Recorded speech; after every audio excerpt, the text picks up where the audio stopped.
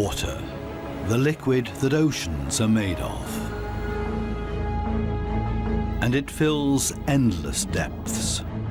Only few will venture out into the endless open ocean of this vast underwater world. Most of the ocean inhabitants live in the city, as it were, like human societies. Very close together, with friendly neighbors and nasty co-tenants.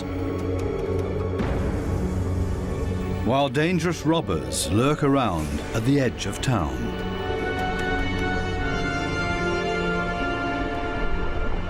To assert yourself here, you have to be equipped with all kinds of tricks and clever strategies, or lie and cheat.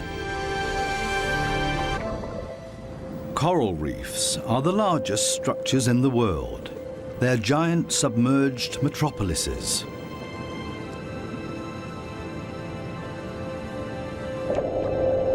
Millions of different inhabitants live in these cities. A universe with coral palaces and soaring towers.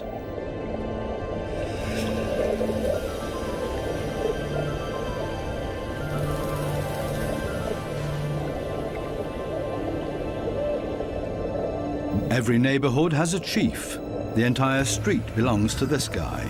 No trespassing, okay?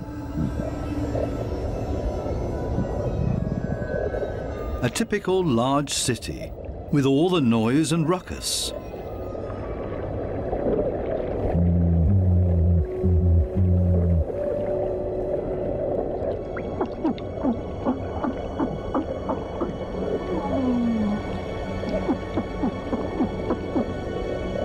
Even this little porcupine fish bleats around. It creates this sound with its swim bladder. Two small harlequin shrimps are nibbling on this blue sea star.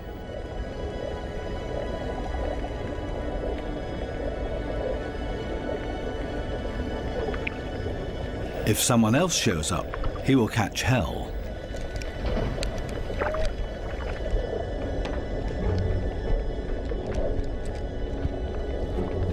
Another harlequin shrimp busy pulling a bite out of a sea star.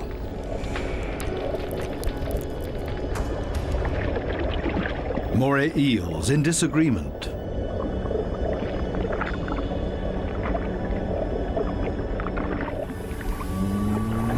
A scorpion fish shuffles across the ocean floor.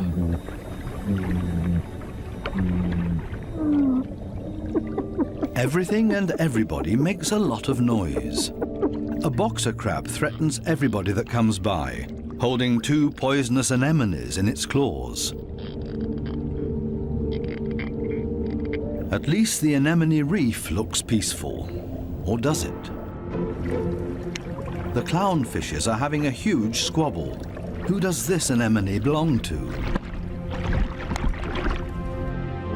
We can hardly see this fish, but he's easy to hear, a crocodile fish. Does this giant puffer fish hear something?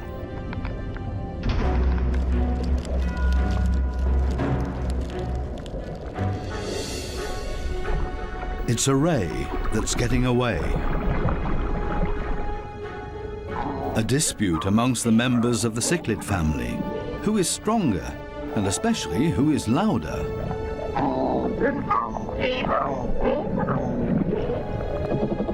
Two Walkman fish are noisily trying to woo a female.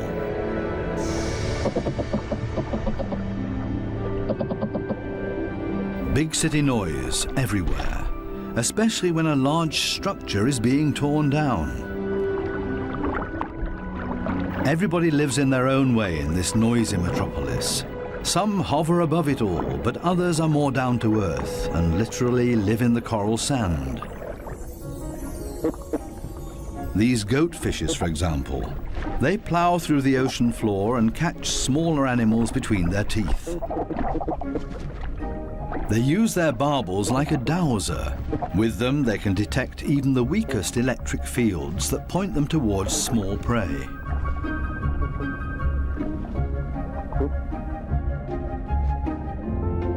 These gobies also dredge through the sand and feed on what they find in there. There's another way of finding prey in the sand. This blue-spotted stingray uses its wings like shovels, and there's always a chance of stealing something. While one works, others just stand by and feed on what's left over, maybe a piece of crab or a mussel. You have to be very familiar with this area to find the best morsels.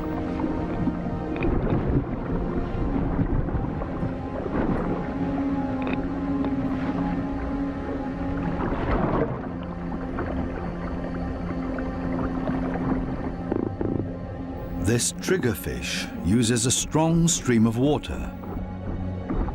The fish blows away the sand to unearth whatever is hidden inside it. Others are quick to steal whatever they can.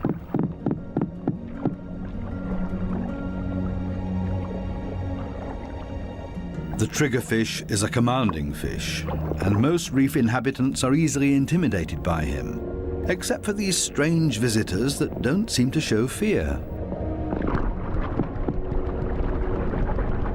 In any case, it's best to cover them up with sand.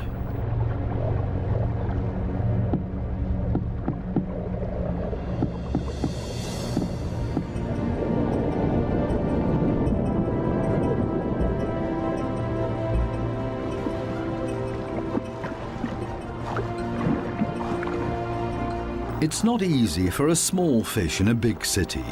There's always somebody with bad intentions. And you have to be extra careful not to get swallowed, like these moon wrasses, for example. So it's always safer for the smallest among the reef inhabitants to show up in schools. It's difficult to keep an eye out for only one little fish, and as a result the predator often grabs blindly at nothing and comes up empty. To show up in a big mob is always safest. Others are easily distracted at the sight of so much prey all at once. This easygoing giant pufferfish would never have a chance here anyway. Being part of a school of fish is always the best protection from predators. The slow ones are being ignored. No danger here.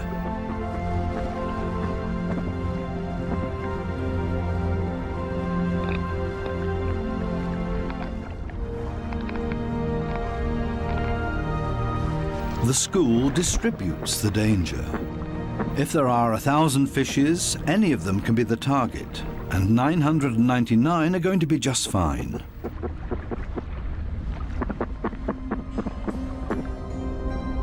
But what about loners, or those that live as a couple?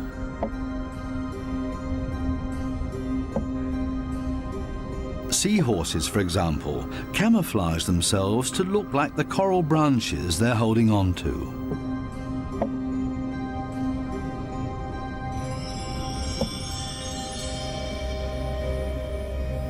Even more difficult to see. Where is the animal here?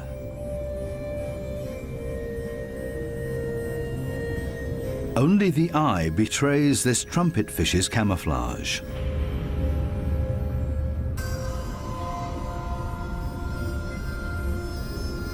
They do everything to not look like themselves. Ornate ghost pipefishes. They're inseparable, a couple. The female is already carrying eggs in her extended belly. Before long, the male will fertilize her eggs. They are still regular fishes, despite their unique costume. This one looks like torn-off seagrass. The spiny waspfish rocks back and forth in the current.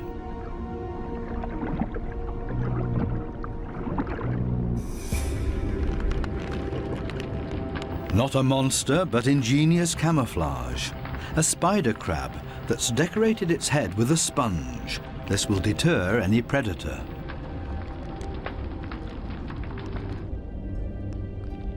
Another great camouflage, a barrel decorated with rocks.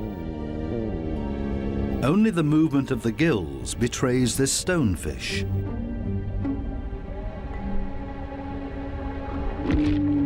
Even a smack with a fin doesn't bother him. The fish knows it will not hurt him. It only shoves him a little further to the side.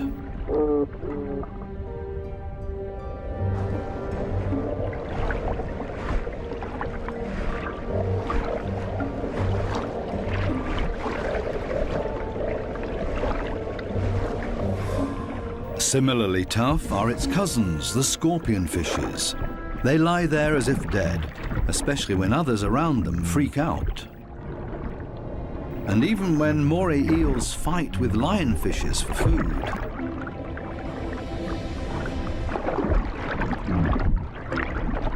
The scorpionfish lies in wait for its chance, and then immediately becomes completely motionless again.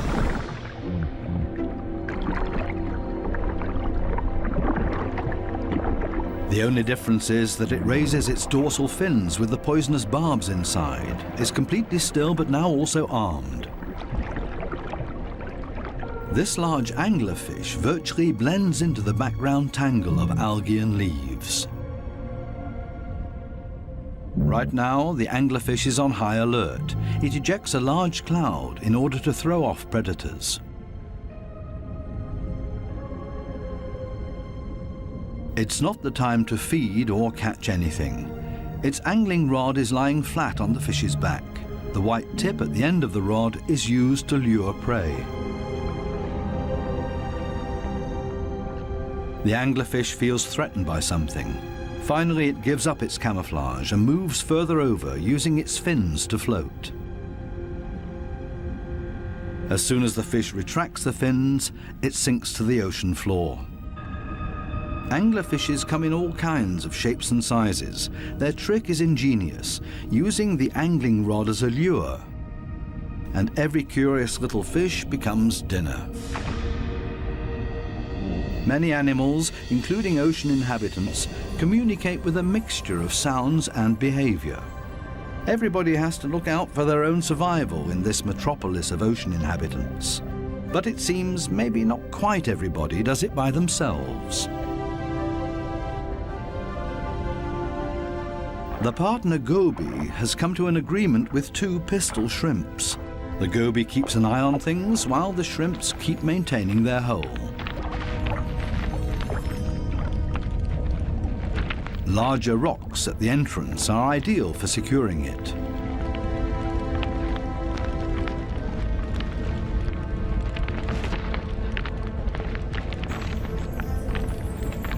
They're an experienced team. The shrimps keep in constant contact with the goby and even massage the fish's belly. The goby will get nervous without these gestures from the shrimps. The pistol shrimps need a cool and collected bouncer at their entrance.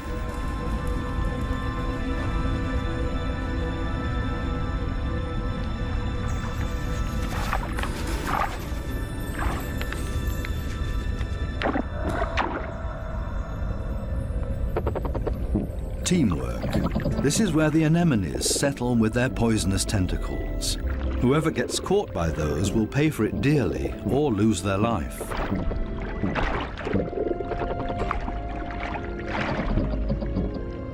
No wonder that there is virtually no one who likes to settle here. The little clownfishes are the only ones that know how to deal with these tentacles. They cover themselves with the slime of the anemone's tentacles and are protected from the poison.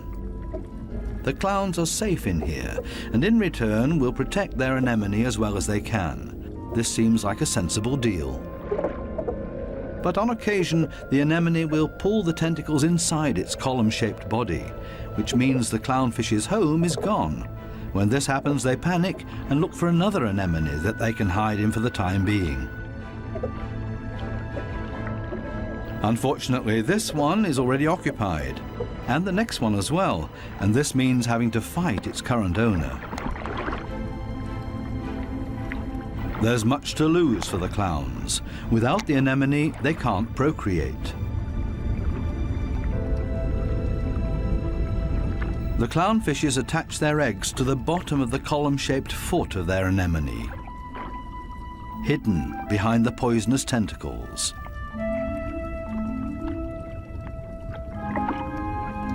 Both male and female tend to the eggs.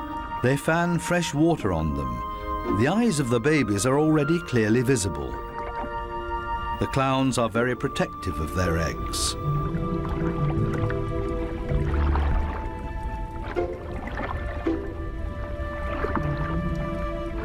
It takes the two of them to protect their offspring, and only in conjunction with the anemone. Everybody in the reef has to take special care of their young. If they don't, it means their species will simply die out. So it's not surprising that everybody gives it their best effort.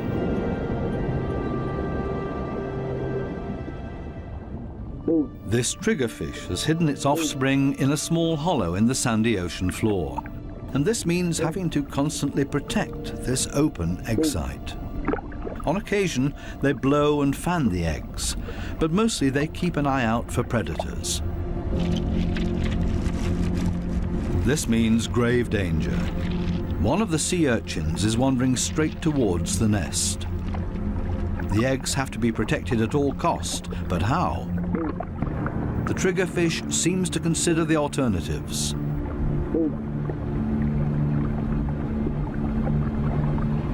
But then it blows and then rams the sea urchin. Again and again until it breaks, the sea urchin's guts spill out into the open.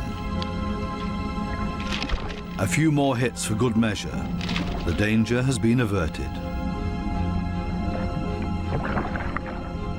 Everything else is easy.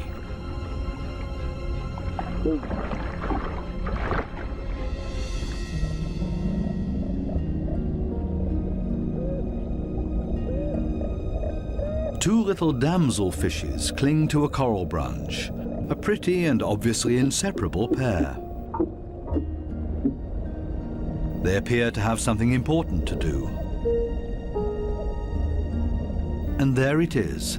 The female has been laying eggs and glued them to a coral branch. Over and over again, both of them sweep past the eggs to keep them clean. Two very busy parents in the middle of town. Not far from them, the same kind of damselfish, but this one is feeding on the eggs, not tending to them. This damselfish's priorities have changed. Its partner is gone, and it's impossible to bring the eggs through by itself. So it feeds on its own eggs to at least recycle the nutrients.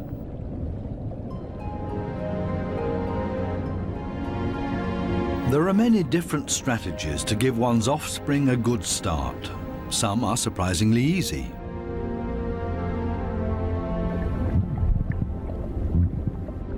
The mass mating of the black sea breams. The males are so generous with their sperm that often a cloud of it will engulf the entire wedding party.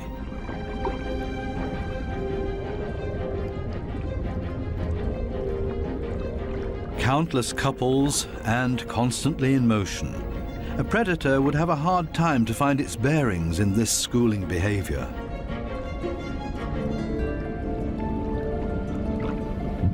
The fish's instincts cause them to mass mate in order to ensure the survival of their species.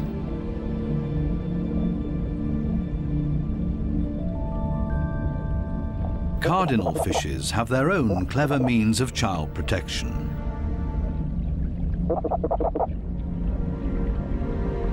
It's not time yet. The couple are still flirting and courting with each other, going around and around.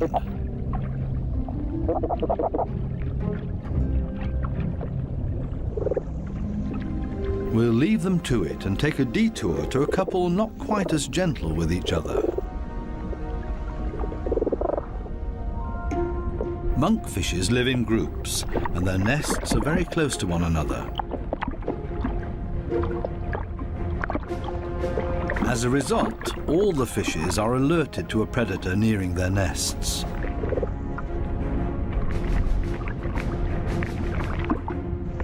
Hermit crabs love to feast on the eggs of the monkfishes, so the protective parents are all getting nervous.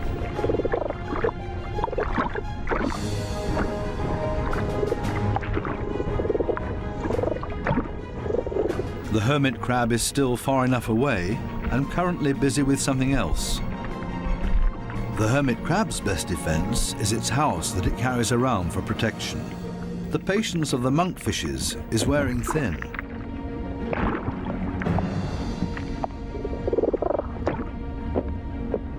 Now everyone attacks in order to bowl the crab away from their nests.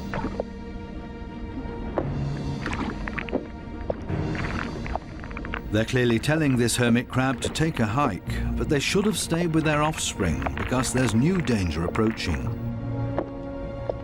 A gaggle of rainbow wrasses takes advantage of this unique opportunity and ravages the monkfish nests. The predators are quick, brutal, and in the majority. Most of the monkfish eggs will be devoured. An attack of this kind would never happen to the cardinal fishes because they are mouth brooders and don't have to watch over a nest that's out in the open. The males carry the eggs in their mouths, up to 20,000 of them.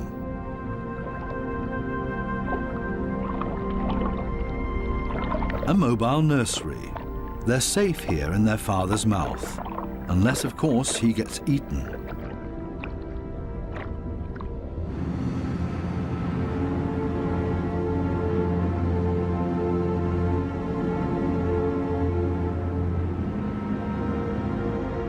During the night, when it's dark, the danger is greatest. These underwater cities have a very active nightlife with special attractions. Basket starfishes come out and sit in the current. It's a night-active type of brittle star. With their arms full of tiny little hooks, they filter plankton out of the water to feed.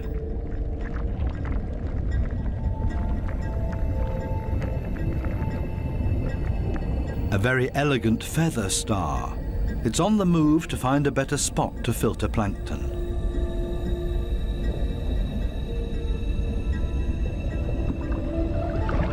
This Spanish dancer is even more graceful and elegant than the brittle stars. It's a type of nudibranch.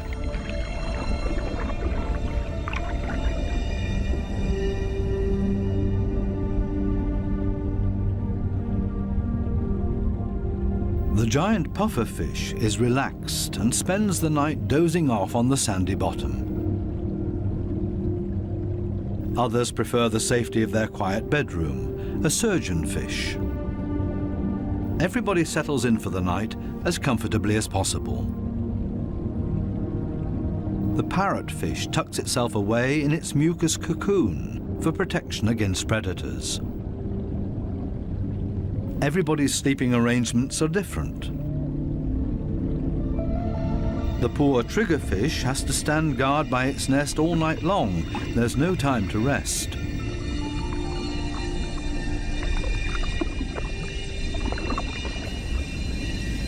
Some of the predators are quite soft-footed. A cone snail has spotted a small fish.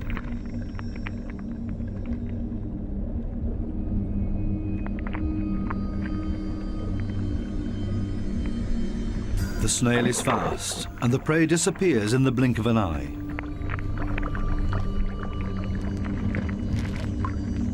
The night is still young, and still full of danger and terror. These lionfishes pose danger to the cardinal fishes.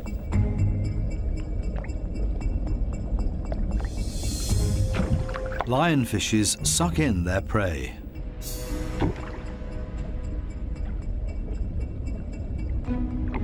Even if they choke on it.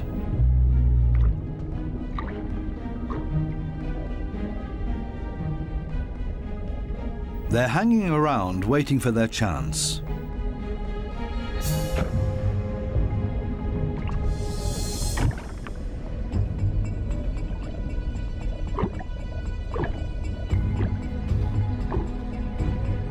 This poor cardinal is sideways in the lionfish's mouth, eggs and all.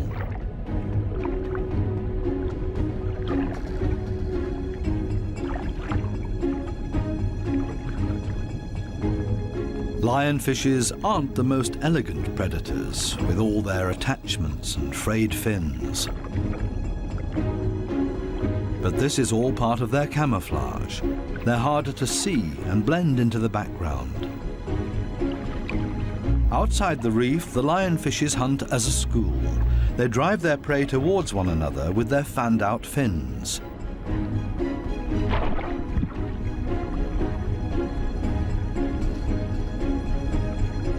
They prefer to attack from above, cornering their prey.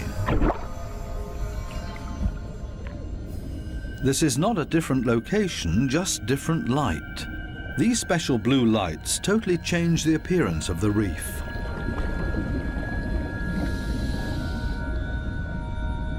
Now we can see that the coral polyps are bright red, and they clearly stand out from their environment.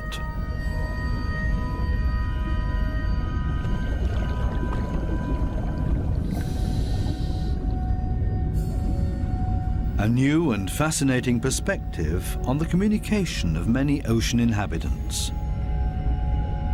And suddenly an eruption of sorts.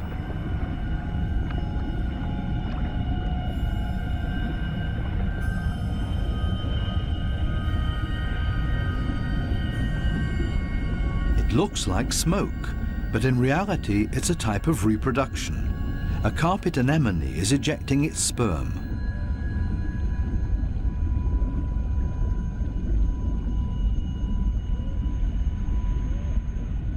In the blue light, it looks like a dramatic eruption.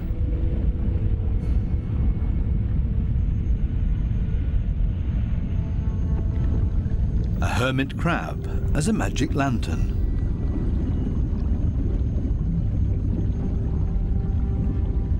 The blue light brings out these colors.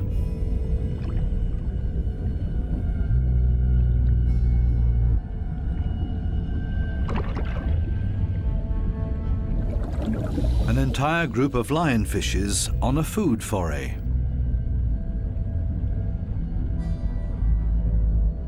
The animals don't seem to know any fear. It seems that they're well aware of the poison they carry in their back spines.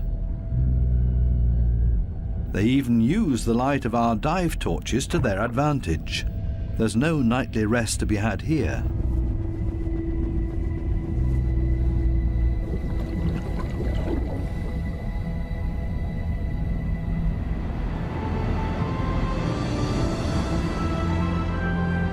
With the first daylight, new life comes into the reef city.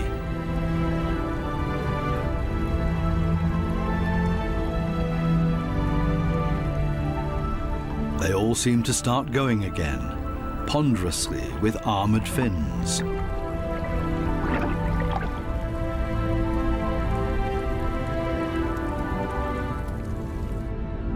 As pedestrians, and as light and quiet as possible.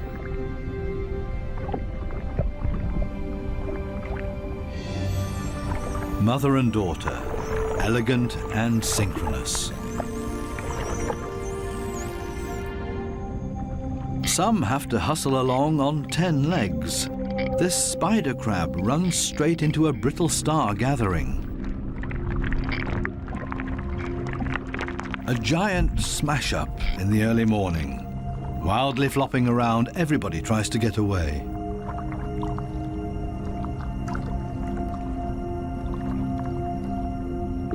As in every city, there are also shopping opportunities here.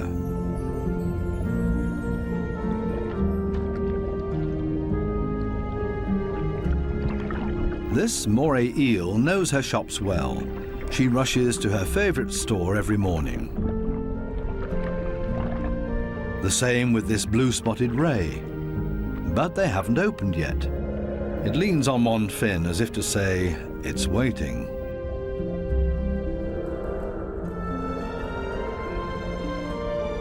Similar problems in a branch further up.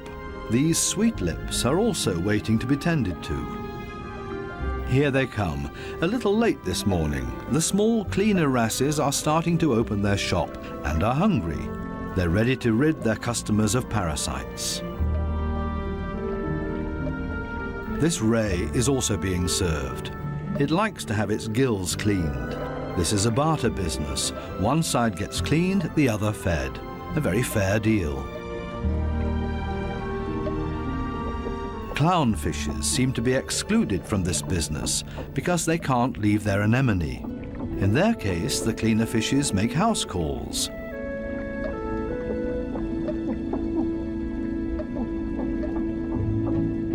This snake eel is also otherwise engaged, and the cleaner shrimps are also making house calls for him. Finally, it's the moray's turn. It has a lot of nutritious freeloaders on its skin and in its gills.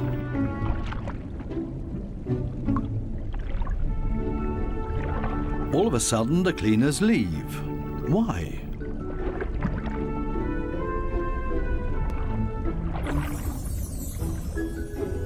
This Titan triggerfish is no better off. The treatment has stopped before he was finished.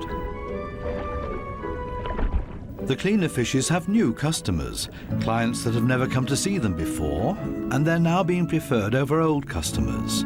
The point is that these new clients will like the service here so much that they will come back again. The regular customers have to be patient and wait until the new clients are finished. Cleaner fishes operate solely according to economic rules. This guy has also come for the first time and quite enjoys their service.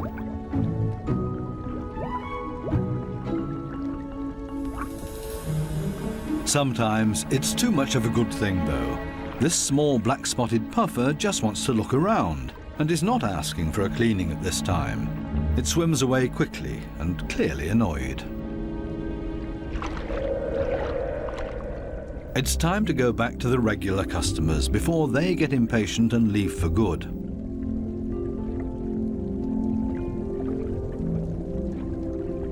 Digging deep where the gills are dirtiest.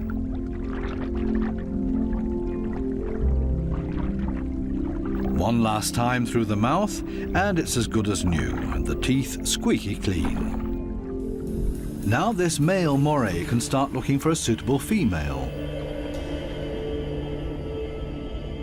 She is clearly not interested in male visitors. This next dugout also does not look encouraging.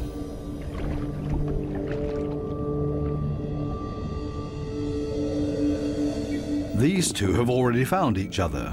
A strange pair with a triggerfish as roommate.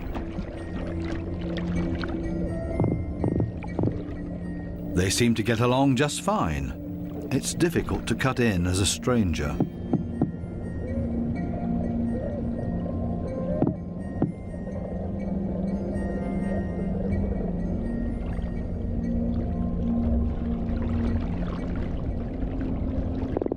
It would also be well advised to stay away from this giant triggerfish.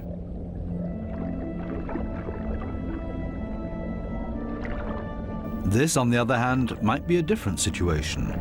It's important to be patient.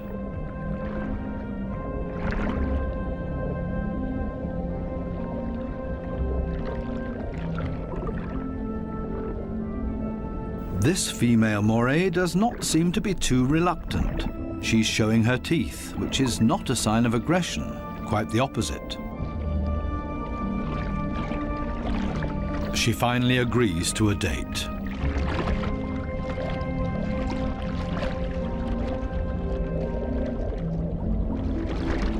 The two of them are getting to know each other.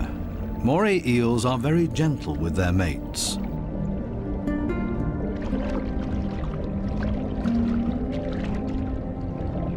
And they're good for another surprise, as partners of a phenomenal hunting party.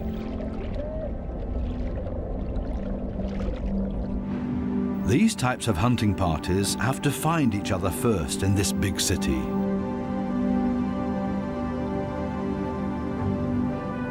The right place for the moray and her partner.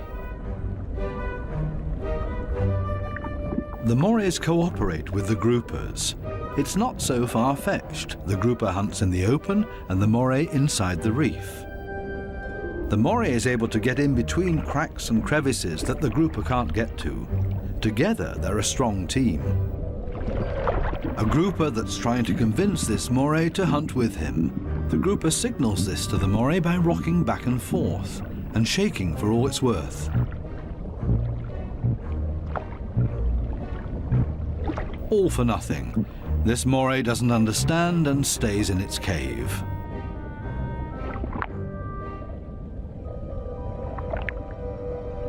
Next try. Maybe the moray will react this time and swim with him. Again, no luck.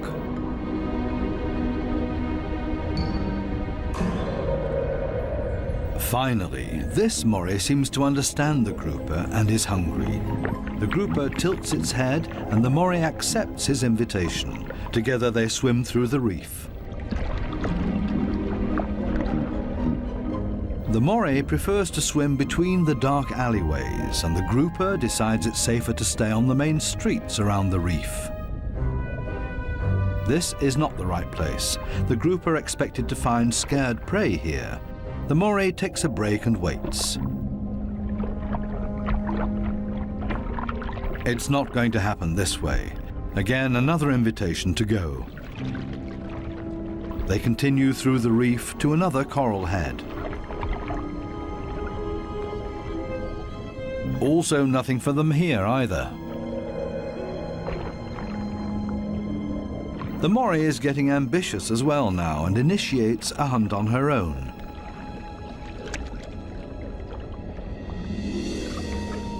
She might be better at finding hunting spots. They're successful in this next coral head, and then everything happens very quickly. The fishes are panicked, and both hunters are able to profit from that.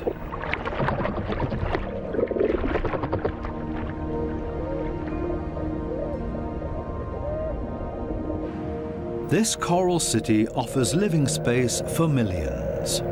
Many hideouts and crevices provide protection for everybody. My home is my castle.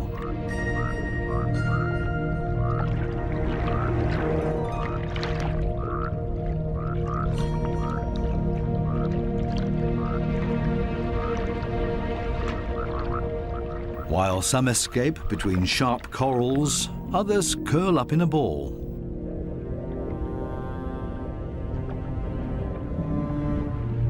Octopuses don't have bones and are therefore able to change shape. Their homes are usually very tight and space-saving.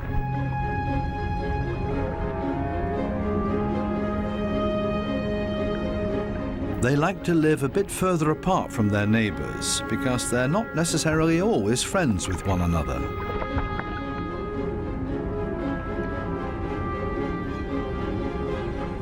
It might be best to put up a wall of stones between them.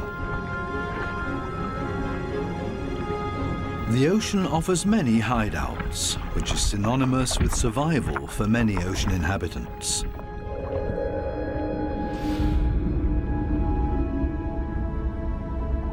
There can also be hideouts that nature never intended to be there, such as this giant wreck, 240 feet deep.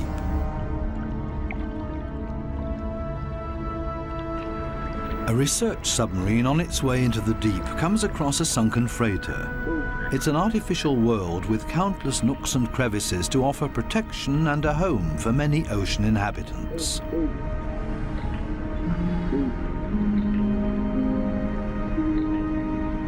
The wreck has long been overgrown with all kinds of sea life. The side of the hull has become a living wall made of corals and sponges.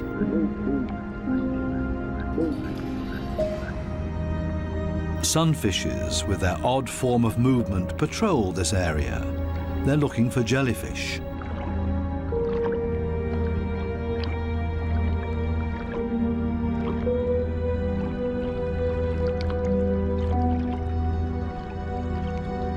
In steerage, where the current is strongest, filter feeders have found a new home, such as these sea fan corals.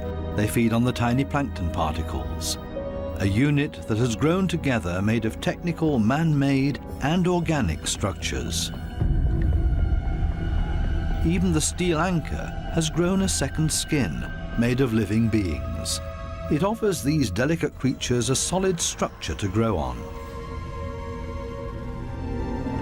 They have all made a comfortable home in this sunken world. Not even the lights of the stub disturb any of the wreck inhabitants. New life has been created out of the tragedy of this sunken ship, the ingenious, life-renewing cycle of nature. The Morays are sharing a home. They seem to be exceptionally friendly towards one another, even with this conger eel as their neighbour.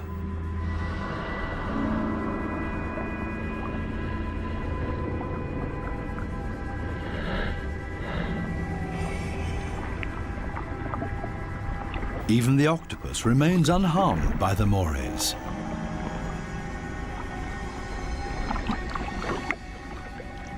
A unique environment made of steel that offers many different opportunities for ocean inhabitants to use it.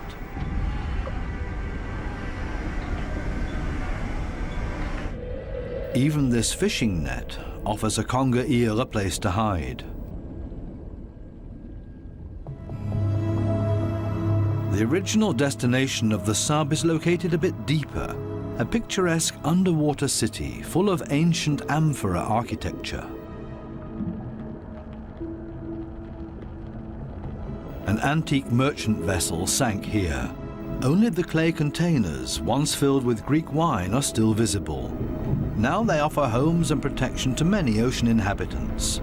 Similar to the reef, hiding places are essential for staying alive down here. The amphorae have a very special shape. They taper towards the bottom, so they could be stored sitting upright in a layer of sand in the hull of the ship. The amphorae and their precious contents were safe during transport. Spiny lobsters welcome these types of caves. Conger eels also feel safe in this mess of amphorae and shards of clay, as if it was made for them and their slender, long bodies.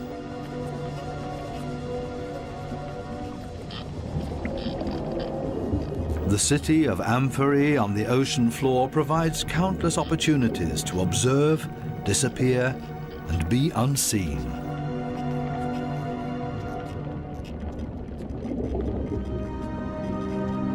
Maybe that's why this city seems to be very calm and orderly, even when the conger eel swims above everybody's abode. Nobody panics because they only have to withdraw slowly into their homes and are safe. The same goes for this forkbeard. The conger eel's only chance to make prey down here is to hide himself and ambush somebody. The sunfishes also don't have much luck feeding here, for the same reasons as the conger eel. On the other side of the globe, the Spencer Gulf in southern Australia. Every year, hundreds of giant cuttlefishes meet up to mate. The rocky seabed offers great holes and caves to hide the eggs.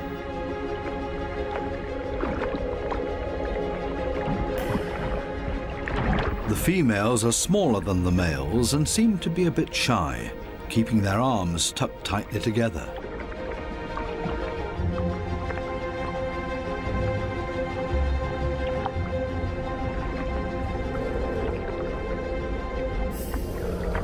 The males, on the other hand, present every bit of themselves openly to impress the females, but also other males that are potential rivals.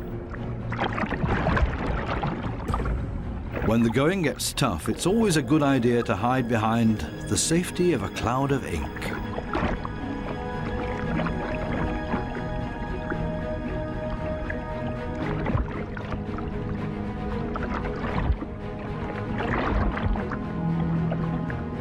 Without much success.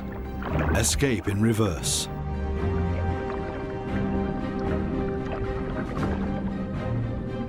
Only the strongest of them have a chance with the females. He's a winner and courts his female by changing his color to interesting stripes. She has agreed to mate with him, and they hug tightly. He deposits his sperm package into her mantle opening. Immediately afterwards, she withdraws into one of the caves on the ocean floor in order to avoid courtship from other males, a clear signal. The male is protecting his female from other rivals.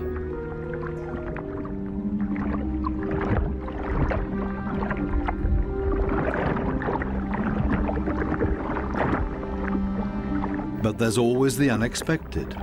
A so-called sneaker male tries to cut in. This male is much smaller and pretends to be another female by acting like one, very demure and shy.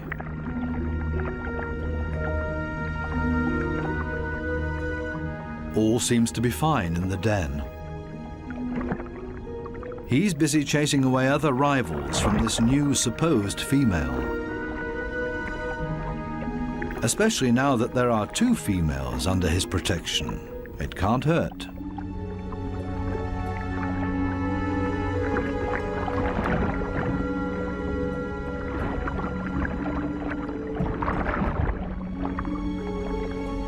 The 2 supposed females on the bottom below him are getting closer to each other, the sneaker male and the female. They mate in secret, under the protection of the strong male. As soon as the sneaker male is found out, it gets dangerous for him, but he has achieved what he came for and mated with this female. The beatings are nothing compared to the glory of his success. Intelligent strategies and tricks are essential for survival underwater and part of everyday life. A final dive into the magical world of sharks. This spot on a sandbank close to the Bahama Islands has great attraction for these lemon sharks. They come here by the hundreds, and nobody exactly knows why.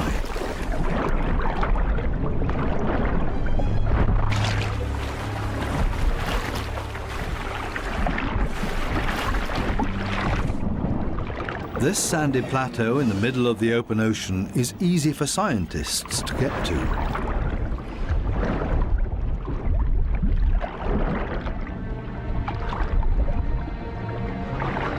This experiment will show how sharks react to their own reflection. The metal mirror stands upright on the seabed. The animals that swim towards it will see their own reflection coming closer. How will these lemon sharks react? Now the researchers have to have strong nerves. Things stay surprisingly calm. The foreign object is almost ignored, as if it had been there forever. The sharks either swim past it or underneath it.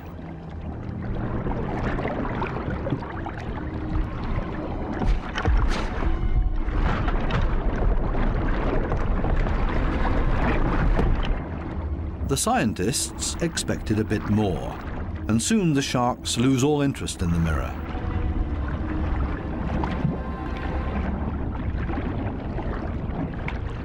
Some sharks even calmly drop to the seabed to rest.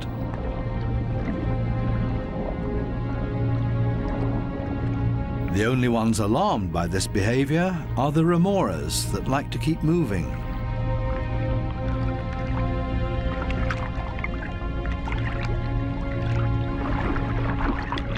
They let go of their shark and see if they can't hitch a ride with a more active individual.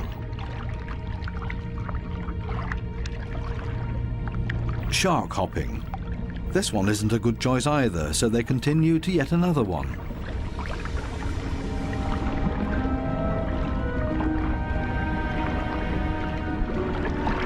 All of a sudden, something happens to the mirror, and the peaceful afternoon on the sandbank changes quickly into the complete opposite.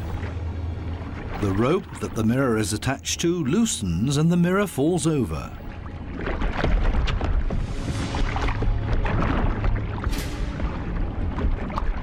Suddenly, and seemingly out of nowhere, several sharks rush to the mirror and show great interest in it.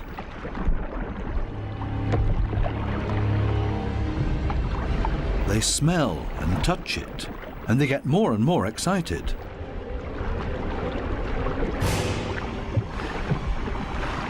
What happened all of a sudden? None of the scientists have any idea how to explain this change in behavior. The animals that were calm and collected only a second ago are now completely out of their minds, and the situation quickly escalates into a mass attack on the mirror. Do they mistake their own reflection for an opponent? It's time for the divers to leave because it's not safe anymore. The communication of the ocean inhabitants continues to offer new and exciting insights, though we will probably never fully understand them.